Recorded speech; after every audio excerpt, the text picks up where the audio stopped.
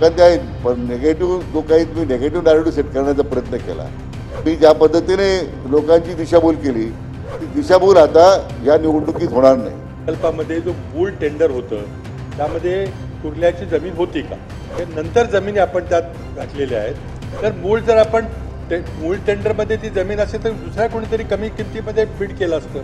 म्हणजे यापूर्वी जे घडलंय, झोपेचं सोंग घेतला ज्या लोकांनी घेतलेला आहे त्यांना सुद्धा याबद्दल केव्हा तरी आता जनतेला उत्तर द्यावे लागतील. निश्चितपणे आम्ही त्याची श्वेतपत्रिका काढू.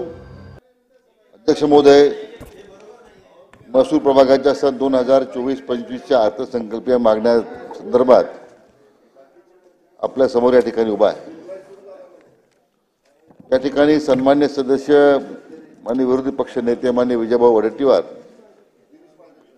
माननीय अतुल भातखळकरजी, माननीय जयंत पाटील साहेब, माननीय संजय रायमुलकरजी, माजी मुख्यमंत्री सन्मान्य पृथ्वीराज चव्हाण साहेब, माननीय प्रकाश आवाडेजी, माननीय बाळासाहेब आजबेजी, माननीय सुनील प्रभूजी, आशीष जायसवालजी, अमीन पटेलजी, प्रशांत ठाकूरजी, माननीय रोहित पवारजी, श्रीमती यमिनीताई जाधव, माननीय कैलास गोरंट्यालजी, इतर सन्मान्य सदस्यांनी या वेगवेगळ्या विषयामध्ये आपल्या काही सूचना विभागाला केलेल्या आहेत. निश्चितपणे विभागाच्या संदर्भामध्ये त्याच्यामध्ये काही सुधारणा करण्याबद्दलच त्यांच्या या सूचना अतिशय महत्त्वाच्या आहेत. अध्यक्ष महोदय, प्रामुख्याने सन्मान्य विरोधी पक्ष नेत्यांनी सातारा जिल्ह्यातील कोयना भागातील कादरी खोऱ्यातील सह्याद्री झाडानी महाबळेश्वर तालुक्यातील एका उच्चपदस्थी व्यक्तीने 640 एकर जागा अतिशय स्वस्त दराने देण्यासंदर्भात अध्यक्ष मोदी या ठिकाणी चौकशी करण्याची मागणी केलेली आहे. अध्यक्ष महोदय, हे प्रकरण जे आहे ते 2004 सालापासून आहे. त्यावेळी अध्यक्ष महोदय शेतकऱ्यांच्या काही जमिनी खरेदी करत मग सातत्यानं त्याच्यामध्ये अनियमित होताना लक्षात आल्यानंतर या संदर्भामध्ये आपण त्याची चौकशीचे आदेश दिले आणि आता जिल्हाधिकारी साताऱ्याकडे या संदर्भामध्ये अनधिकृत बांधकाम धारकांना महाराष्ट्र राज्य नियोजन विकास महामंडळाच्या नियोजन प्राधिकरणाने त्यांना नोटीस बजावलेली आहे. अध्यक्ष महोदय, या संदर्भामध्ये खरं म्हणजे इतक्या वर्षाचं प्रकरण आहे 2004 सालापासून. त्या प्रकरणामध्ये खरं म्हणजे आतापर्यंत पूर्वीच्या महसूल मंत्र्यांनी चौकशी करण्याची गरज होती. त्यांनी का डोळा केला अध्यक्ष महोदय माहीत नाही. पण अध्यक्ष महोदय, आता या विषया संदर्भामध्ये आता अपर जिल्हाधिकारी साताऱ्याकडे यांच्याकडे अंतिम सुनावणी करता ते प्रकरण न्यायप्रविष्ट आहे. त्यामुळे शासनाचा कुठला हस्तक्षेप नाही याच्यामध्ये. हे प्रकरण आताचं नाही आहे. जे भासवण्याचा प्रयत्न होतो की आता हे असं घडलंय तसं वेगळं काही त्याच्यामध्ये काही वेगळं काही शासनाची भूमिका आहे.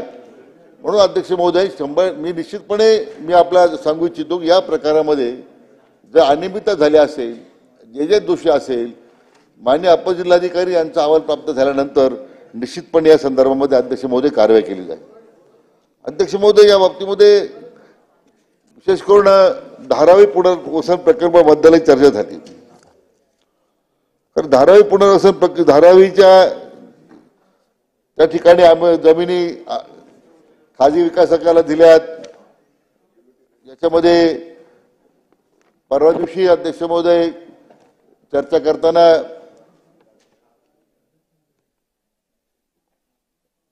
माजी महसूल मंत्र्यांनी याच्या संदर्भात बाळासाहेब थोरातांनी काय आरोप केलेत, आजही माजी मुख्यमंत्री पृथ्वीराज चव्हाण साहेबांनी सांगितले. अध्यक्ष महोदय, या संपूर्ण प्रक्रियेमध्ये एक तो पब्लिक व्हायटल प्रोजेक्ट म्हणून तो घोषित करण्यात आला होता. आणि हा प्रकल्प जो आहे हा राज्य सरकारची जी भागीदारीची कंपनी आहे, ज्याच्यामध्ये धारावी पुनर्वसन प्रकल्पामध्ये राज्य सरकारचे मात्र 26% आहे आणि खाजगी विकासाचे 74% आहे. या अनुषंगाने अध्यक्ष महोदय ही 25% कब्जा हक्काची किंमत घेऊन मंत्रिमंडळाच्या मान्यतेने अध्यक्ष महोदय ही जमीन धारावी पुनर्विकास प्रकल्पाला दिलेली आहे.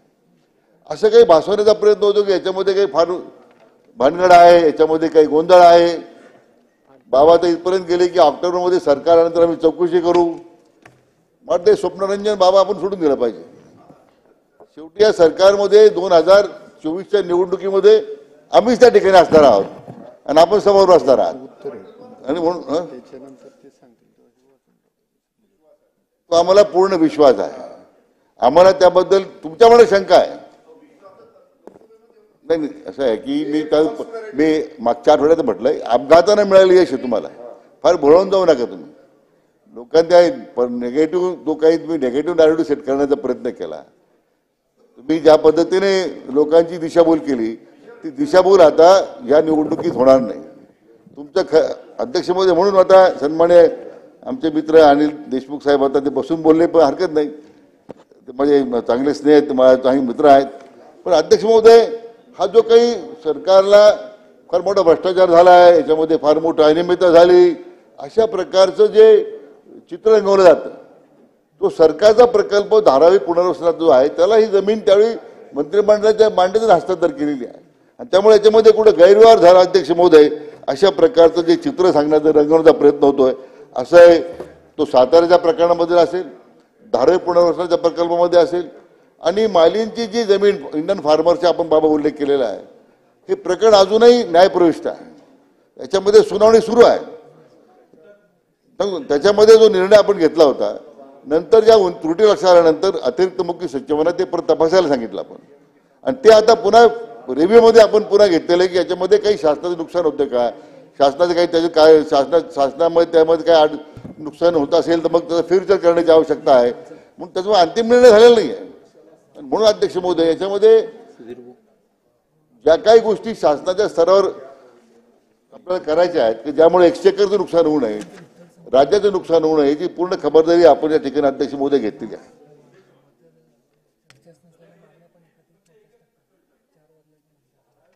प्रकल्पामध्ये जो मूळ टेंडर होतं त्यामध्ये कुर्ल्याची जमीन होती का, हे नंतर जमिनी आपण त्यात घातलेल्या आहेत. तर जर आपण मूळ टेंडरमध्ये ती जमीन असेल तर दुसऱ्या कोणीतरी कमी किमतीमध्ये बीड केलं असतं. हे मूळ टेंडरमध्ये ही जमीन नसताना तुम्ही अनेक जमिनी, मग खारलँडची जमीन आहे, देवनारची जमीन आहे, मुलुंडची जमीन आहे, हे घालून वाढवायचा प्रयत्न करताय. तिथं धारावीमध्ये तिथल्या तिथं पुनर्वसन होणं शक्य आहे, बाहेरच्या जमिनी कशाला देताय. TDR बद्दलचा निर्णय घेतला तो फार मोठा निर्णय आहे, फार प्रचंड मोठा विषय आहे. अगदी फार साधा निर्णय असा आहे, काहीच झालं नाही असं भासवायचा कृपा करून प्रयत्न करू नका. किंवा याबद्दल एक वस्तुस्थिती सगळी मांडा ना. एक श्वेतपत्रिकेची मागणी केलेली आहे. मूळ टेंडरमध्ये किती जमीन होती, नवीन तुम्ही किती देत गेला, आता आणखी किती देणार आहेत, किती फायदा होणार आहे. अध्यक्ष महोदय, की महसूल विभागाच्या संदर्भात जो मुद्दा या ठिकाणी उपस्थित केला गेला आहे की धारावी पुनर्वसन प्रकल्पासंदर्भात एक स्वतंत्र चर्चा आपल्याला करता येईल की त्या चर्चेच्या अनुषंगिक त्या निविदा कशा निघाल्यात, काय निघाल्यात, त्यामध्ये काय त्यामध्ये करता येईल, कोणते निकष अध्यक्ष महोदय निश्चित करण्यात आले होते.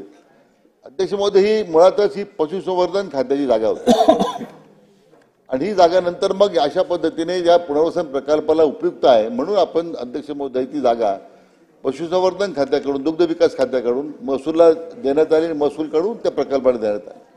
आता या मूळ आपण जे मुद्दा उपस्थित केलेला आहे की मूळ त्याच्या प्रकल्पाची ज्यावेळी निविदा प्रसिद्ध झाली, मग त्या निविदेमध्ये ही जागा दाखवण्यात आली होती का, अध्यक्ष तो तपशील आज त्या विभागाची जबाबदारी माझ्याकडे नसल्यामुळे मला माहीत नाही.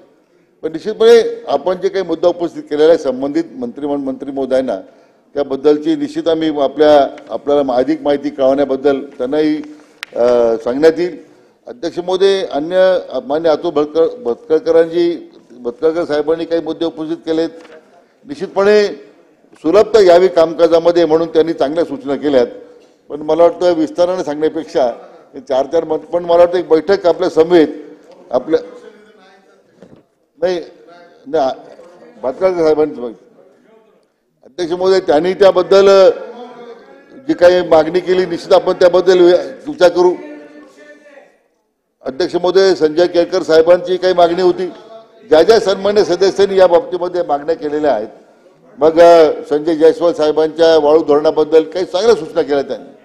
आपण या माफियाचं उच्चाटन करण्यासाठी जे प्रयत्न करतोय त्याबद्दलही वेळोवेळी त्याच्यामध्ये अनेक वर्षाची किडलेली व्यवस्था आहे. मी मागच्या एक वेळी सभागृहात मी त्याचा उल्लेख केला होता. आणि म्हणून याच्यामध्ये अधिक पारदर्शकता आणण्यासाठी आपण प्रयत्न करतो अध्यक्ष महोदय, की सामान्य नागरिकाला सुलभतेने वाळू मिळावी, घरकुल योजनेच्या मध्ये वाळू त्या घरकुल धारकाला वाळू मोफत मिळावी, असे सगळे प्रयत्न अध्यक्ष महोदय यामध्ये आपण करण्याचा प्रयत्न करतोय. आणि वेळोवेळी येणाऱ्या अडचणी ज्या आहेत अध्यक्ष महोदय, या संदर्भामध्ये आपल्याला कार्यवाही करण्याबद्दल आलेल्या सूचनेच्या बद्दल आम्ही नेहमीच सतर्क राहून आपण कारवाई करत आलेलो आहोत. अध्यक्ष महोदय, ज्या सन्मान्य सदस्यांनी चर्चेत भाग घेताना ज्या सूचना केलेल्या आहेत, निश्चितपणे त्यांची एक बैठक अधिवेशनापूर्वीच घेऊन त्यांना मी या सगळ्या विषयाबद्दल निश्चितपणे बोलावून त्यांना अवगत करील. माननीय आशिष जयस्वाल साहेब मी उल्लेख केला आहे, ज्या सन्मान्य सदस्यांचा मी पुन्हा या ठिकाणी सांगतो की त्यांना बोलावून आपण चर्चा करू. परंतु एक सांगतो अध्यक्ष महोदय की या निमित्तानं ज्या गोष्टीच्या संदर्भामध्ये, विशेष करून जमिनीच्या संदर्भामध्ये ज्या ठिकाणी काही आरोप करण्याचा प्रयत्न झाला, मला वाटतं महसूल खातं हे अतिशय पारदर्शक पद्धतीने काम करतं. यापूर्वीच्या बिल्डरांना दिलेल्या काही परवानग्या याचं आता पुनर्वलोकन सुरू आहे, त्याची आता चौकशी सुरू झालेली आहे.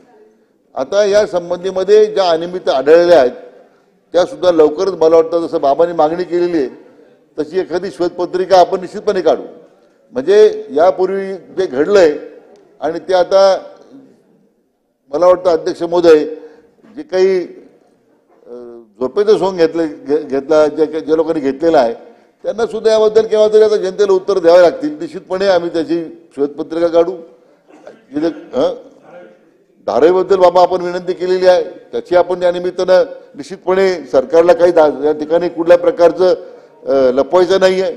आम्हाला काही कोणता अमर बिल्डर असेल का आणखीन कोणता बिल्डर आहे त्याला पाठीशी घालायचं नाही आहे. म्हणून अध्यक्ष महोदय, महसूल खात्याच्या ज्या मागण्या आहेत 2024 करता दत्तमय व भारित अंतर्गत बाबीसाठी रुपये 5,460 कोटी 27,41,000 रुपयाच्या अर्थसंकल्पीय मागण्या सभागृहात सादर करण्यात आलेल्या आहेत, त्या आपण मान्य करत अशी सभागृहाला मी विनंती करतो. त्याच पद्धतीने महसूल विभागाच्या महसूल प्रभागाकरिता 2024 करता दत्तमय भारित अंतर्गत बाबीसाठी रुपये 4,762 कोटी 5,39,000 रुपयाच्या अर्थसंकल्पीय मागण्या सभागृहात सादर करण्यात या ठिकाणी मी मांडतो, त्यालाही सभागृहाने मान्यता द्यावी अशी आपल्याला मार्फत सभागृहाला विनंती करतो.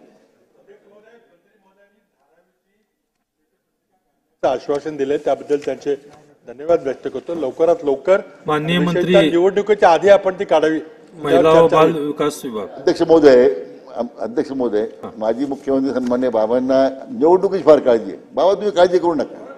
म्हणजे सरकारची भूमिका इतकी स्वच्छ आहे, पुन्हा आम्हीच त्या ठिकाणी आहोत.